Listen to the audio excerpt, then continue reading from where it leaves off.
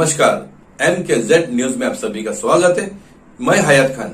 आइए डालते हैं खबरों पर एक नजर। राहुल गांधी की भारत जोड़ो यात्रा से उत्साहित कांग्रेस पार्टी ने मुंबई महानगर पालिका के आगामी चुनाव को देखते हुए मुंबई में अपनी सरगर्मी तेज कर दी है।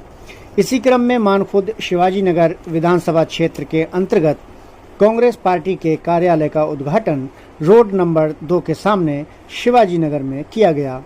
उद्घाटन समारोह में कांग्रेस पार्टी के मुंबई अध्यक्ष श्री भाई जगताप, कांग्रेस प्रवक्ता Shri Charanjit Singh Sapra, all India Congress committee के सेक्रेटरी और तेलंगाना के इंचार्ज, मुंबई कांग्रेस के सबचिटनीस और संगठन के इंचार्ज संदेश कोंडविलकर जी, हमारे सह खजीनदार अतुल बर्वे, जिला कांग्रेस कमेटी के अध्यक्ष आदरणीय इब्राहिम रॉयबनी साहब, मुंबई कांग्रेस के महासचिव श्री वसीम जावेद और उनके बड़े भाई श्री नदीम जावेद सहित कांग्रेस पार्टी के सैकड़ों सक्रिय कार्यकर्ता एवं पदाधिकारी भी मौजूद थे। इस मौके पर बोलते हुए श्री भाई जगताप ने केंद्र सरकार एवं राज्य सरकार पर जमकर निशाना साधा। जगताप सर, ये बताइए, ये राहुल गांधी जी की जो यात्रा निकली है और ये यात्रा भंग करने के लिए कहा गया था कि ये कोरोना वापस आया है, तो इस बारे में आप क्या कहेंगे? ऐसा है कि कुछ झूठे लोग होते हैं। कोरोना के दौरान जिन्होंने कुछ भी नहीं किया इस देश के लोगों के लिए, लोगों की लाशें गंगा में बहा के देने वाले लोग ये कह रहे हैं कि राहुल गांधी की यात्रा चलेगी तो कोरोना बढ़ेगा। जितने भी इलेक्शन हुए कोविड के दौरान, कोरोना के दौरान, तब देश के प्रधानमंत्री तो खुले सारी जगह घूम रहे थे, दिन में 5-5 मीटिंगें ले रहे थे, लाखों लोग उनके सामने चल रहे थे, तब कोरोना नहीं बढ़ा। और 8 बजे आके पट्टी लगा के कहते थे कि हम सारे लोगों को ये लगाना चाहिए। तो ऐसे सब झूठ पे झूठ और झूठे सारे वादे, झूठा सारा काम करने वाले लोग राहुल गांधी को किसी भी प्रकार की कोई ना हिदायत देने की कोशिश करे, ना उनको सलाह मशवरा देने की कोशिश करे। ये देश अगर आज बर्बाद हो रहा है तो हमारा गांधी चुपचाप नहीं बैठेगा। वो देश को जोड़ने की बात करता है, वो देश को तोड़ने की बात ही नहीं कर रहा। उन्होंने कोई पॉलिटिकल ऐसा एजेंडा नहीं कहा, उन्होंने यही कहा कि मुझे देश जोड़ना है, मेरे देश का युवा जोड़ना है, मेरे देश की मेरी बहन जोड़नी है, मेरे देश के बुजुर्ग जोड़ने, मेरा देश जोड़ना है, मेरे देश के धर्म जोड़ने हैं, जो उन्होंने किया। तो ये वो क्या कहते हैं उससे हमें कोई मतलब नहीं। हम क्या करने जा रहे हैं देश के लिए, देश के प्रति, 140 करोड़ जनता के प्रति हमारा दायित्व क्या है, वो ज़्यादा मायने रखता है, और वो राहुल गांधी कर रहे हैं। अच्छा, कोई ऐसा काम, अरे हमने आप ही के सामने बता दिया, हम छुप छुप के कोई बात नहीं करते। हम गटर से गैस नहीं निकालते। हमारे यहाँ क्लाउड आने के बाद वो रडार बंद नहीं होता। हमारे यहाँ साइंटिफिक हमारे पास तरीके हैं जो हमने आज तक करते आए हैं। वो हमारा सिंपल सा कहना है, और मैंने इसके पहले भी कहा है, मुंबई ये जो है महानगर पालिका, काफ़ी उनके पास पैसे हैं, और मैं उसका ये भी करता हूँ, सराहना भी करता हूँ। 90,000 करोड़ रुपए के उनके डिपॉजिट हैं। आज जहाँ तक मैं इसकी बात कर रहा हूँ, गोवंडी की, कितने लोगों को पानी मिलता है? अच्छा, नहीं मिलता। हमने कहा है कि सारे मुंबई वालों को मुफ्त पानी दिया जाए। मैं होटलों की नहीं बात कर रहा हूँ, मैं लोगों की बात कर रहा हूँ, मैं झोपड़पट्टी की बात कर रहा हूँ, मैं चौल की बात कर रहा हूँ, मैं मलबार हिल की बात नहीं कर रहा हूँ। उनसे पैसे ले लीजिए, लेकिन गरीब जो जनता है उनको मुफ्त आप पानी दे दीजिए, मेरा एजेंडा है। कितने पैसे मिलते हैं इसको महानगर पालिका को पानी के जरिए से? 172 करोड़ रुपया सालाना, क्योंकि उससे ज़्यादा 1700 करोड़ का ये माफिया लोग, जो पानी के माफिया है, इनके साथ साठगांठ करके ये अधिकारी खा रहे हैं। उसके खिलाफ मेरी लड़ाई है। मेरी लड़ाई जो हमारे झोपड़पट्टी के लोग हैं, उनको 500 स्क्वायर फीट का घर मिलना चाहिए। क्यों नहीं मिलना चाहिए? मिलना चाहिए। अगर बिल्डर अपनी ये भरता है, जेब भरता है, तो गरीब को गरीब का घर मिलने में क्या कौन सी बड़ी बात है? हमने 500 स्क्वायर मीटर का घर उनसे मांगा है। जब आरोग्य की बात आती है, हेल्थ की बात आती है, जैसे मैंने कहा ये हॉस्पिटल यहाँ ऐसे ही पड़ा हुआ है, मुंबई में 7 जिले हैं। आपने देखा होगा जो मुख्य मुंबई है, जिसको आइलैंड सिटी कहते हैं, सारे सरकारी अस्पताल ज़्यादा वहाँ हैं। बहुत कम जगह है कि जहाँ इक्का दुक्का है। हमने कहा है हर डिस्ट्रिक्ट में 2-2 सरकारी अस्पताल होने चाहिए, ताकि कोई गरीब नहीं प्राइवेट में जा सकता। हाथ लगाने के बाद 5,000 रुपया मांगते, सिर्फ स्टेथोस्कोप लगाने का 1,000 रुपया मांगते, कैसे दे सकते हैं? लेकिन उनको आरोग्य की जो ये है सुविधा उनको मुहैया होनी चाहिए। जहाँ तक ये डंपिंग ग्राउंड का सवाल है, जहाँ तक साफ सफाई का सवाल है, इतना सारा स्टाफ। वहीं कांग्रेस पार्टी के वरिष्ठ नेता रहे स्वर्गीय जावेद खान द्वारा इस क्षेत्र में किए गए विकास कार्यों को भी याद किया गया। आपके माध्यम से संदेश देना चाहता हूँ, बदलाव, जैसे मैंने कहा प्रकृति का नियम, आपने बदलाव करके देखा, पाया क्या?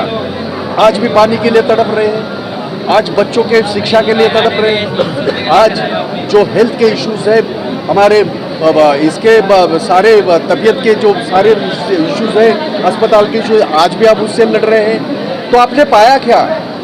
उस दौरान जब जावेद खान साहब थे, उन्होंने ये जो बेसिक हमारी ये थी सारी सुविधा वो मुहैया की थी। आबादी बढ़ी, उस तरह से वो बढ़ना चाहिए। आपने पाया क्या?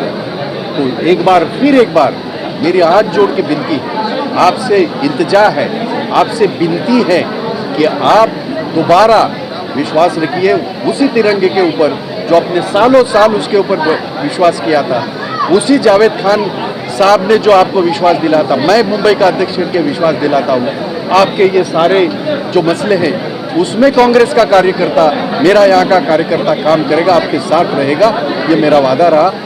बस फिर एक बार कांग्रेस को मौका दे दीजिए।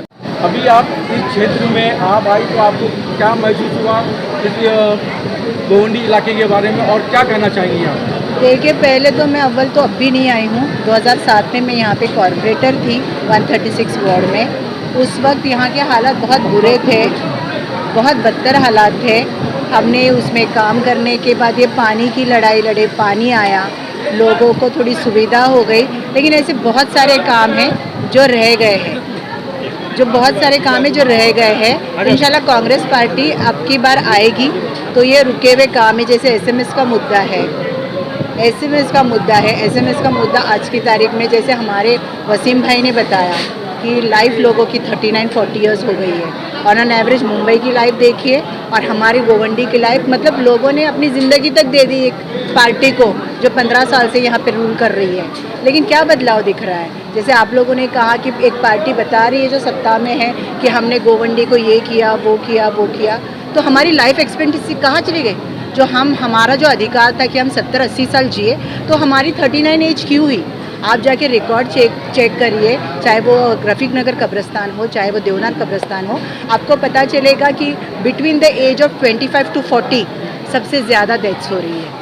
ये नहीं कि हमारे बुज़ुर्ग मर रहे हैं, हमारा जवान तबका मर रहा है। तो ये कैसे, फिर ये कौन सा विकास है जो हमारी जानों के साथ खेल रहा है? और क्यों एसएमएस बंद नहीं हो रहा है? ऐसी क्या मजबूरियाँ है, ऐसा क्या वो जो रीज़न है जो एसएमएस को बंद करने से रोक रहा है? देखिए, आप कदम उठाइए, जनता आपका साथ देने को तैयार है।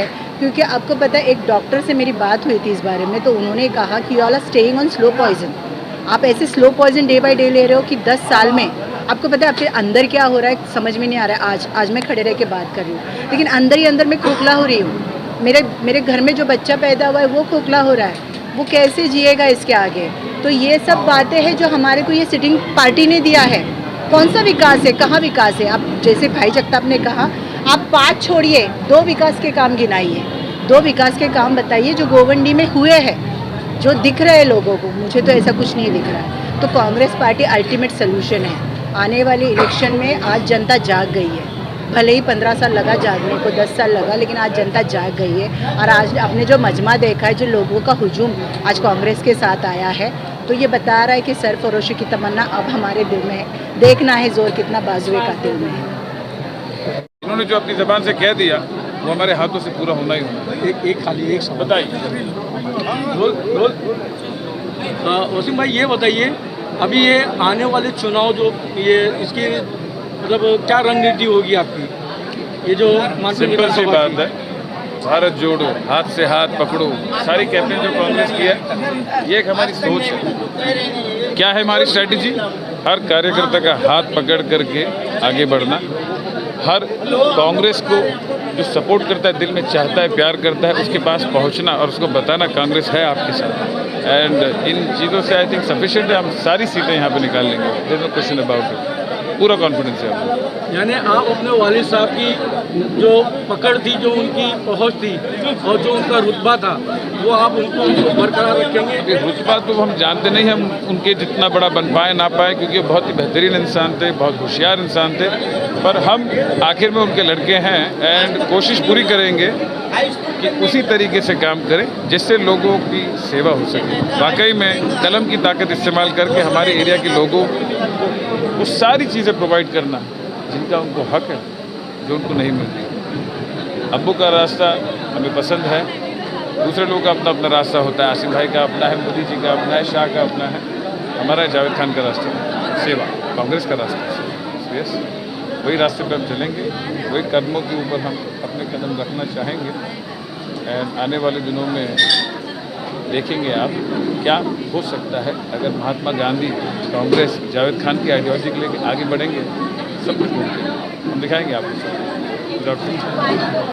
यहाँ आपको बताते चलें कि स्वर्गीय जावेद खान पूर्ववर्ती कांग्रेस सरकारों में मंत्री भी रह चुके थे। सभी वक्ताओं ने यहाँ पर पनप रहे नशाखोरी पर चिंता व्यक्त की तथा मानखुर्द को नशा मुक्त व अपराध मुक्त बनाने की बात भी कही। यहाँ पर डंपिंग ग्राउंड के चलते लोगों को हो रही स्वास्थ्य संबंधी समस्याओं से छुटकारा पाने के लिए उपाय करने की बात भी कही। MKZ न्यूज़ के लिए हयात खान की रिपोर्ट।